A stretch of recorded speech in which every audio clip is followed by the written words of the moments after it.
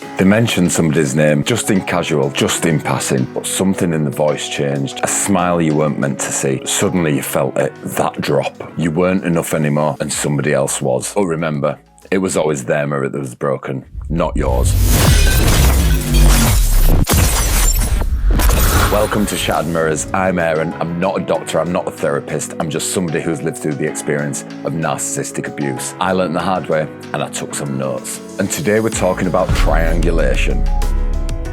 And if you ever felt like you were in a competition that you never signed up for, then this one's for you. So let me break this down. Triangulation is when a narcissist brings a third person into your relationship, not to build something, but to control you. It's a tool, a weapon, and they wield it with precision. It could be an ex, it could be a coworker or a friend, even one of your own family members. The narcissist drops their name into a conversation like a grenade with a pin already pulled. And they don't do it by accident. They do it because they want you to react. They want you off balance. They want you chasing their approval while someone else appears to already have it. This is where it gets dangerous, because the goal of triangulation isn't about the other person. It never was. The other person's a prop, a chess piece moved across the board to make you feel replaceable, to make you feel like you need to try harder, love more, give everything just to keep up. And that's the trap, because the moment you start competing, they've already won. Because now your energy, your focus, and your emotional bandwidth, it's all pointed at them. You're no longer asking, is this relationship good for me? You're asking, am I good enough for this relationship? And that shift, that's exactly what they wanted. The narcissist doesn't want a partner. They want an audience, and triangulation turns you into somebody who's constantly auditioning for a role that you already had. And I want to be clear about something. Sometimes the third person, they don't even know that they're involved. The ex who texted, they might have no idea that the name's been used as a weapon. The colleague that they keep mentioning, probably clueless. The narcissist doesn't need the other person to cooperate. They just need you to believe that the threat's real. And that's the cruel genius of it. They can triangulate you with somebody who doesn't even exist in the way that they describe. And here's the part that nobody ever tells you. It's not always obvious. It's not always dramatic. Sometimes it's so subtle that you feel stupid for even noticing it. Picture this, right? Your partner leaves their phone on the table face up, and there's a message from an ex just sitting there, visible. You weren't snooping, it was just right there. And when you mention it, they'll look at you like you've lost the plot. We're just friends. Why are you so insecure? But here's the thing, they made sure that you saw it. The phone was placed there, the screen was angled. That wasn't carelessness, that was choreography. Or maybe it's the comparison game. My mate's wife, she never kicks off like this. Sarah at work thinks I'm hilarious. Why can't you just relax? They hold everyone else up like a mirror and say, look how much better everyone else is. Look how much easier everyone else is to love. And slowly, quietly, you start to shrink.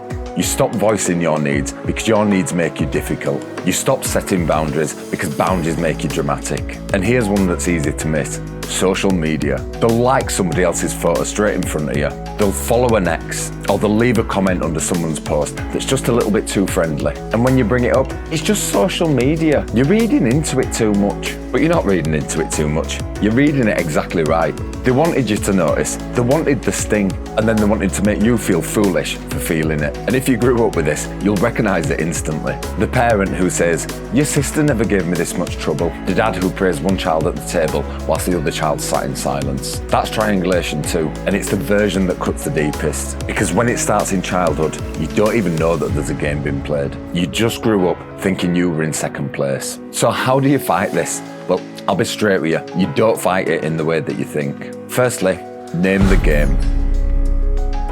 If you feel like you're competing for somebody else's attention, then stop and ask yourself a question. Who put you in this race? Because you didn't sign up for it. You didn't enter a contest. Somebody's just built a track around you and handed you a number. And the moment that you recognize that, the spell starts to break. Second, refuse to compete.